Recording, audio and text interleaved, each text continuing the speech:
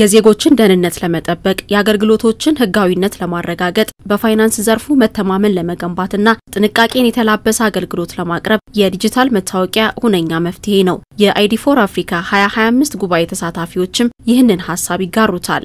ዲጂታል አይዲ የዲጂታል መታወቂያ የሰዎችን ማንነት በመመዝገብ ህጋዊነት እንዲጠበቅ ለማድረግ የሚረዳ የቴክኖሎጂ ፈጠራ ነው። ይህ ደግሞ ሰዎች በቀላሉ የባንክ አገልግሎቶችን ጨምሮ ሌሎች አገልግሎቶችን ህጋዊና ፍትሃዊ በሆነ መንገድ እንዲያገኙ ያግዛል። legal identity The digital ID is secure. ዲጂታል መታወቂያ የግለሰብን ማንነት ያረጋግጣል። ዲጂታል መታወቂያ በህዝብ አገልግሎት መስጫ ተቋማት ላይ የግለሰቡን መረጃ ስለሚይዝ በጣም ጠንካራ የደህንነት ደረጃ አለው። በዚህም በሳይበር ላይ የሚደርሱ ጥቃቶችን ለመከላከልና ማን እንዳደረሰ ለማወቅ ቀላል ይሆናል። In line with cyber security standards and actually in a better place with a digital ID. መጭበርበርን ሊቀንስ በሚችል መልኩ እነዚህ መታወቂያዎች ለምሳሌ ኢትዮጵያ ውስጥ ፋይዳ ነው። ፋይዳ አሁን እስካሁን ድረስ 15 ሚሊዮን ነጥብ 6 ሚሊዮን ዜጎቻችን አውጥቷል። ማንኛውንም ግልጋሎት እንግዲህ አስመስለው መታወቂያ ይሁን ሌላ ነገር ይዘው የሚመጡ ሰዎችን በቀላሉ ማስተናገድ የማይችል መለየት የሚችል ነውና አስተማማኝ ነው። ሁለተኛ ለማጭበርበርና ዱፕሊኬት ለማድረግም ይቸግራል። የእጅ አሻራ አለው።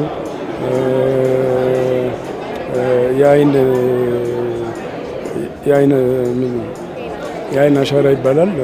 እነሱን ሁሉ ያዘና ኤሌክትሮኒካሊ ስቶርድ ይሆንና ለግልጋሎት በቀላሉ እነዚህ መረጃዎች ማውጣትና ማንደሳሰር የሚቻልበት ነው። ሀገራት ዜጎቻቸው የዲጂታል መታወቂያን እንዲጠቀሙ ማድረጋቸው ህጋዊ የማንነት ማረጋገጫ መሆኑን ተከትሎ በአገልግሎት አቅራቢዎችና ተቀባዮች መካከል መተማመንን በማሳደግ ይበልጥ ቀልጣፋና አስተማማኝ አገልግሎት እንዲሰጥ አስችሎ ታይቷል። ዲጂታል መታወቂያ በተለያዩ ሀገራዊ የህይወት ዘርፎችም ግልጽነትና ተጠያቂነትን ያሻሽላል። ፍትሃዊ የአገልግሎቶች ተደራሽነትን ለማረጋገጥ አቅም የሚሰጥ ነው። በአፍሪካም ኢትዮጵያን ጨምሮ በርካታ ሀገራት ተግባራዊ ያደረጉት ነው። In Malawi they are now at ማላዊ በሁለተኛ ደረጃ የዲጂታል መታወቂያ ትግበራ ላይ ትገኛለች።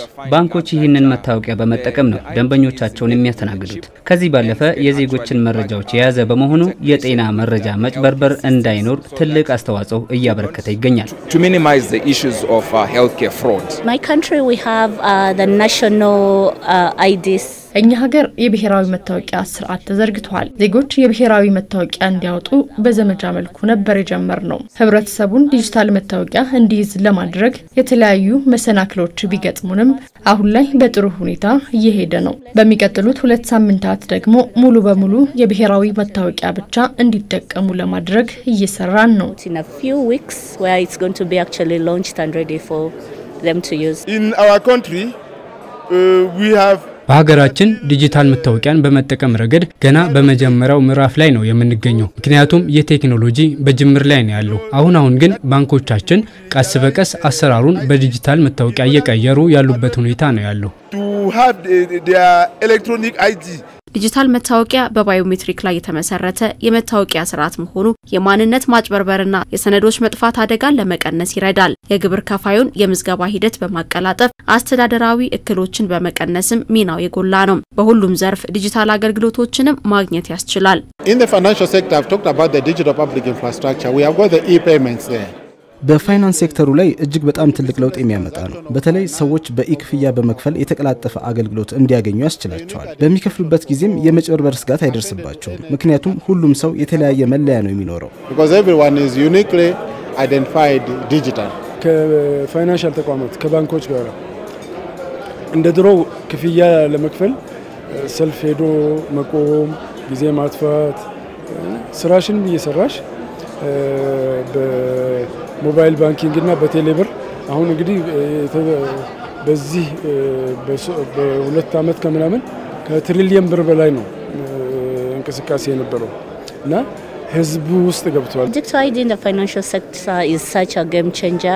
ዲጂታል መታወቂያ ለፋይናንስ ሴክተሩ ጨዋታ ቀያሪ ነው። በርካታ ጥቅሞችን ይሰጣል። ከዚህ በፊት የባንክ አገልግሎት ለማግኘት በርካታ ዶክመንቶችን በአካል ማቅረብ ግዴታ ነው። የቀረቡ ማስረጃዎችን ትክክለኛነት ለማረጋገጥ ደግሞ ሌላ ሂደት አለው። ዲጂታል መታወቂያ ግን ይህንን በማስቀረት ቀልጣፋ የብድር የክፍያ እንዲሁም ሌሎች አገልግሎቶችን ለማግኘት ይረዳል። Powered by the foundational ID. and then prove who you are. የአይዲ ፎር አፍሪካ 2025 ጉባኤ ከተለያዩ ሀገራት የመጡ ከ2000 በላይ እንግዶች እየተሳተፉበት ነው።